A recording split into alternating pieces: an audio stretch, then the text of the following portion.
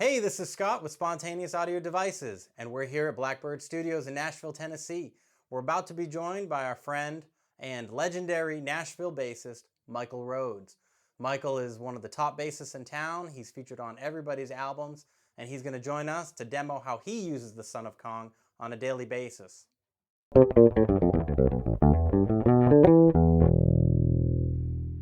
Michael, thanks so much for being here. Oh, sure, Scott. It's not a problem. If you haven't seen the Son of Kong, if you haven't checked it out, it's an EQ gain pedal and a DI.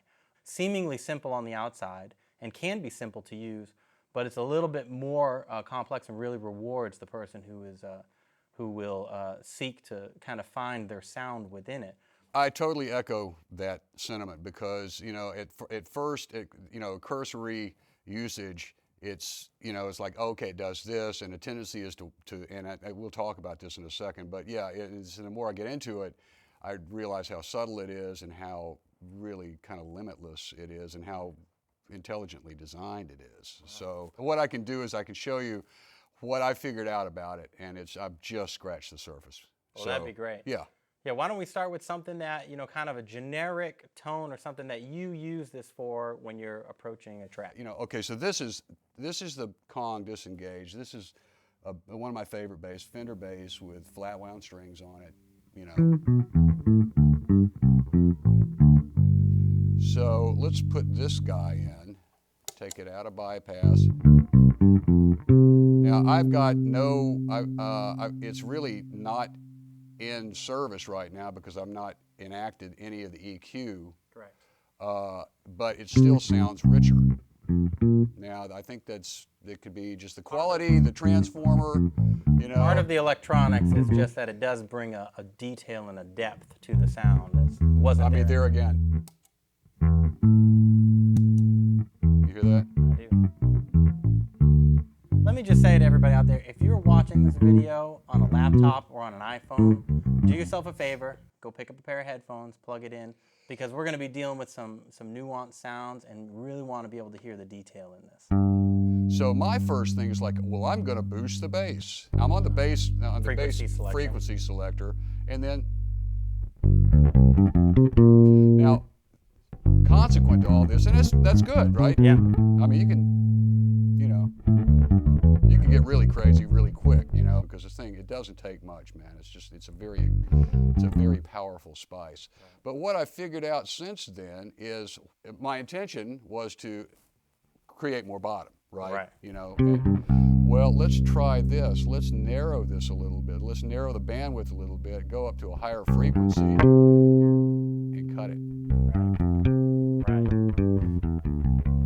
And that's a very cool thing to do because it doesn't create a crowded sonic elevator that way. Exactly. It really is getting... Right, exactly. And so now essentially what you've done is by cutting some of the middle, you have a bigger bottom and a bigger top. And of course you can dial this thing in. I mean, it's very, very frequency specific. Sometimes it's easier. Right, so just a lot of variability there.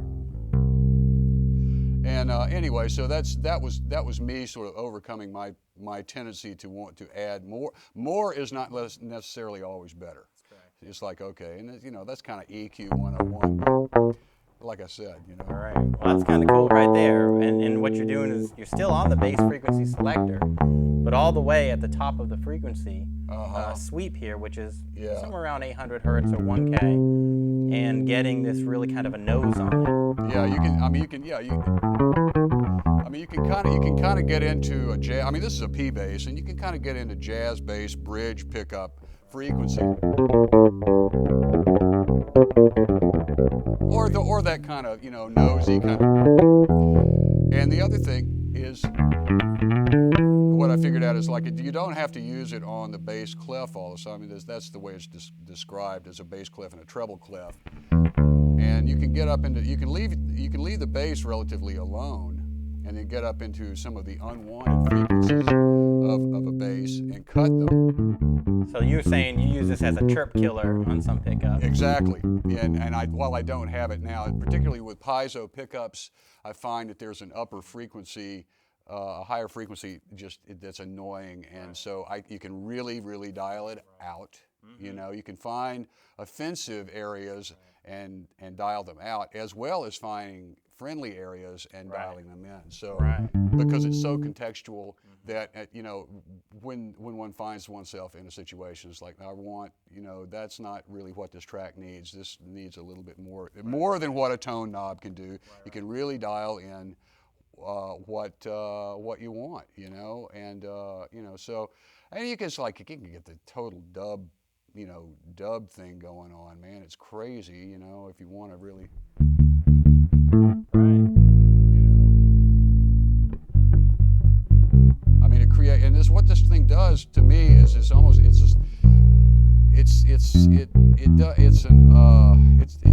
optional illusion, we'll call it, you know, because it's really, you know, it's like it sounds like I've almost got an octave on it, because it so accentuates the lower frequencies, you know. You can get right down to about 35 hertz at the bottom, and that's just about as much as anybody's going to want. We've been using the DI, but of course, sometimes you're going to an amp. Let's get into the amp for a second. Let's get into plus 20 world. Okay. You want to? And while this, you know, is likely to get me fired from a lot of stuff, okay, so I've got it turned all the way down, because you got to really watch me. Plus 20 is pretty intense.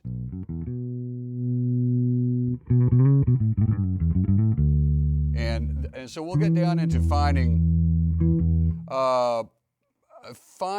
a note, right? If you really want to kind of go for the drama of something,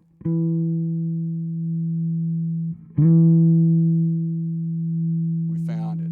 You're right on that note. Right on that note, and I've got it dialed in, you know, to a very finite bandwidth. And you're just setting up a huge resonant frequency.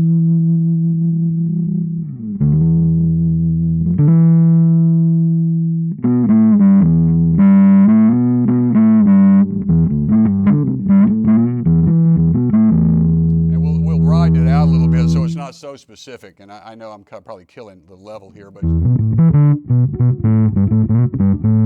so it's just like this sawtooth wave that starts to happen, because it's so frequency specific that it's like an old, you know, ARP synthesizer or something. It's like, you know, it's really wild. I mean, it's like, you know, limited only by your imagination, you know, and it really kind of you can get a totally gnarly overdrive, you know, and it's this weird cross between fuzz, you know, like artificial distortion and this amp distortion, you know, because of the overdrive aspect of it. So you kind of have two features with this, and that is that because there's so much gain inherent in the EQ itself, that when you really turn this up all the way, you get a fuzz directly from the EQ itself. And you can change that and still have the fuzz even by using this volume up, so you get it down quiet, but still get some of that distortion in there. The other way is because you have this plus 20 boost, you can hit your amp so hard that even without cranking the gain, now you can drive the amp to distort. And so you kind of you can span the two. You know, how much amp distortion do you want versus how much of the EQ distortion do you want? Yeah. And so it really lets you play with a lot of sonic variables. Yeah, you know, I was wondering about the redundancy of this. It's like, well, I've already got stuff that does this, and I don't.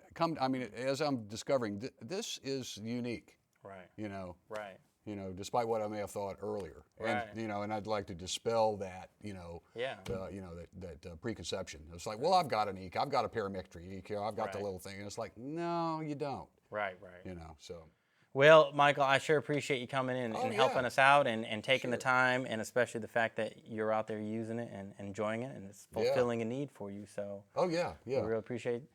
Go to the website, spontaneousaudio.com, and check out the Sonic Kong.